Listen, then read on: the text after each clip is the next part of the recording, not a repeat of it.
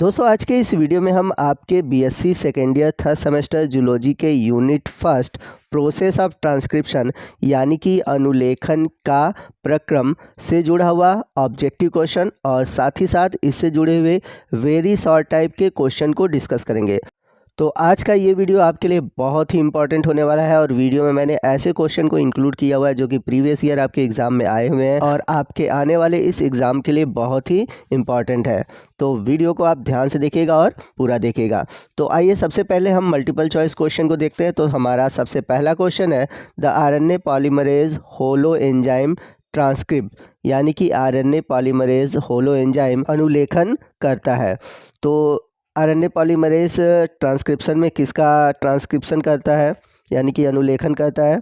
आपके ऑप्शन है, पहला ऑप्शन है द प्रोमोटर स्ट्रक्चरल जीन और टर्मिनेटर रीजन, दूसरा है केवल प्रोमोटर रीजन और तीसरा है स्ट्रक्चरल जीन और टर्मिनल रीजन और लास्ट है स्ट्रक्चरल जीन ओनली। तो आपको बता दें कि जब भी आरएनए पॉलीमरेज एंजाइम डीएनए से एमआरएनए बनाता है तो वह स्ट्रक्चरल जीन और टर्मिनेटर रीजन को ट्रांसक्रिप्ट करता है। तो आपका राइट ऑप्शन है ऑप्शन सी। अब चलते हैं अगले क्वेश्चन की ओर। अगला question RNA polymerase second is responsible for transcription of यानी कि आरएनए पॉलीमरेज सेकेंड किसके अनुलेखन के लिए उत्तरदायी होता है? तो अगर आपने ट्रांसक्रिप्शन पढ़ा होगा तो मैंने बताया है कि यूकैरियोटिक में 3 तरह के आरएनए पॉलीमरेज काम करते हैं।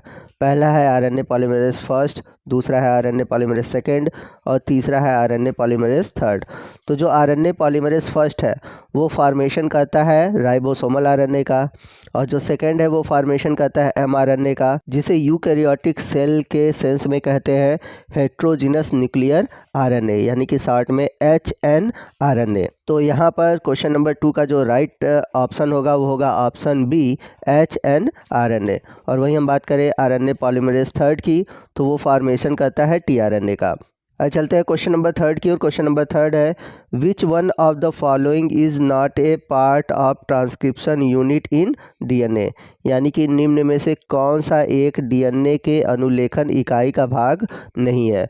आपके ऑप्शन है, पहला ऑप्शन है द इंड्यूसर, दूसरा है टर्मिनेटर, तीसरा है प्रमोटर और चौथा है स्ट्रक्चरल जीन। तो अगर आप सभी ने ट्रांसक्रिप्शन यूनिट पढ़ा है तो आपने उसमें देखा होगा कि ट्रांसक्रिप्शन यूनिट में आपको देखने को मिलते हैं प्रमोटर, स्ट्रक्चरल जीन और टर्मिनेटर, जबकि इंड्यूसर ट्रांसक्रिप्शन यूनिट का पार्ट नहीं होता। तो यहाँ पर इस क्वेश्चन का जो राइट ऑप्शन है ऑप्शन ए है इंड्यूसर। क्वेश्चन नंबर 4 है removal of RNA polymerase third from nucleoplasm will affect the synthesis of यानी कि केंद्रक द्रव्य से आरएनए पॉलीमरेज थर्ड का निष्कासन किसका संश्लेषण प्रभावित करेगा? तो जैसा कि मैंने अभी पीछे आपको बताया था कि आरएनए पॉलीमरेज थर्ड tRNA का फॉर्मेशन करता है। तो जब केंद्रक द्रव्य से आरएनए पॉलीमरेज थर्ड निष्कासित होगा तो वह tRNA के संश्लेषण को ही प्रभावित करेगा। तो इस क्वेश्चन का जो राइट ऑप्शन है ऑप्शन ए है। चलते हैं क्वेश्चन नंबर 5 की ओर। क्वेश्चन नंबर 5 है removal of introns and joining of exon in a defined order during the transcription is called यानी कि अनुलेखन के दौरान इंट्रॉन्स का निष्कासन और एक्सॉन का निश्चित क्रम में जोड़ना क्या कहलाता है? आपके ऑप्शन है, पहला ऑप्शन है लूपिंग, दूसरा है इंड्यूसिंग, तीसरा है स्लाइसिंग और लास्ट है स्प्लाइसिंग। तो आपको बता दें कि जब इंट्रॉन निकलता है और एक्सॉन एक निश्चित क्रम में जुड़ता है तो उस क्रम को हम बोलते हैं स्प्लाइसिंग। तो आपका जो राइट ऑप्शन है ऑप्शन डी है। चलते हैं क्वेश्चन नंबर 6 की ओर। क्वेश्चन नंबर 6 है DNA dependent RNA polymerase catalyse transcription on one strand of the DNA which is called the यानी कि डीएनए निर्भर जो आरएनए पॉलीमरेज है वह डीएनए के एक रज्जु का अनुलेखन उत्प्रेरित करता है। तो वह क्या कहलाता है? आपके ऑप्शन है, पहला ऑप्शन है टेम्पलेट स्ट्रैंड, दूसरा है कोडिंग स्ट्रैंड, तीसरा है अल्फा स्ट्रैंड और लास्ट है एंटी स्ट्रैंड। तो जब मैंने आपको ट्रांसक्रिप्शन पढ़ाया था तो मैंने बताया था कि जो आरएनए पॉलीमरेज है डीएनए के जिस स्ट्रैंड का ट्रांसक्रिप्शन करता है उसे हम कहते हैं टेम्पलेट स्ट्रैंड। तो इस क्वेश्चन का जो राइट ऑप्शन है ऑप्शन ए है। क्वेश्चन नंबर 7 है transcription is the transfer of genetic information from यानी कि अनुलेखन अनुवांशिक सूचना का स्थानांतरण है। तो जैसा कि आप सभी जानते हैं कि ट्रांसक्रिप्शन में होता क्या है कि डीएनए से एमआरएनए बनता है। तो अनुलेखन आनुवंशिक सूचना का स्थानांतरण कैसे करता है? डीएनए से एमआरएनए के रूप में। तो इस तरह से देखा जाए तो हमारा जो राइट ऑप्शन है ऑप्शन सी है, डीएनए से एमआरएनए। चलते हैं क्वेश्चन नंबर 8 की ओर। क्वेश्चन नंबर 8 है non genetic RNA is of, यानी कि अनुवांशिक आरएनए होता है। तो जो अनुवांशिक आरएनए होते हैं वो 3 टाइप के होते हैं। तो इस क्वेश्चन का जो राइट ऑप्शन है ऑप्शन सी है, 3 टाइप। क्वेश्चन नंबर 9 है regarding transcription which one of this is false, यानी कि कह रहा है कि अनुलेखन के संदर्भ में कौन सा एक कथन असत्य है। तो अगर आप चारों ऑप्शन को देखें तो पहला ऑप्शन है आरएनए पॉलीमरेज का प्रयोग होता है, तो ये तो कथन सत्य है। दूसरा है डीएनए का एक मातृरज्जु टेम्पलेट होता है, तो ये भी कथन देखा जाए तो सही है। तीसरा है द्विदैशिक यानी कि बाई डायरेक्शनल होता है। तो आपको बता दें कि जो ट्रांसक्रिप्शन होता है वो यूनी डायरेक्शनल होता है।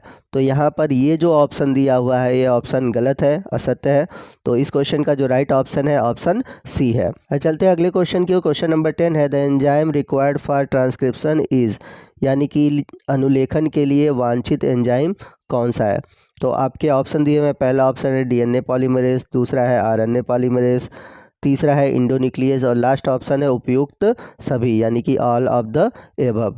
तो अगर आप ऑप्शन को ध्यान से देखें तो इस क्वेश्चन का जो राइट ऑप्शन होगा ऑप्शन बी होगा, आरएनए पॉलीमरेज। चलते हैं अगले क्वेश्चन की ओर। क्वेश्चन नंबर 11 है ट्रांसक्रिप्शन टेक प्लेस इन, यानी कि अनुलेखन कहाँ पर होता है। आपके ऑप्शन है पहला ऑप्शन है मैट्रिक्स, दूसरा है न्यूक्लियस, तीसरा है साइटोसॉल और लास्ट है साइटोप्लाज्म। तो यूकैरियोटिक कोशिका के अगर हम सेंस में देखें तो जो ट्रांसक्रिप्शन है वो होता है न्यूक्लियस में, यानी कि केंद्रक में। तो आपका जो राइट ऑप्शन है ऑप्शन बी है। चलते हैं अगले क्वेश्चन की ओर। क्वेश्चन नंबर 12 है the process involve in RNA formation on DNA template is, यानी कि डीएनए टेम्पलेट पर आरएनए का निर्माण होने वाला जो प्रक्रम है उसे हम क्या कहते हैं।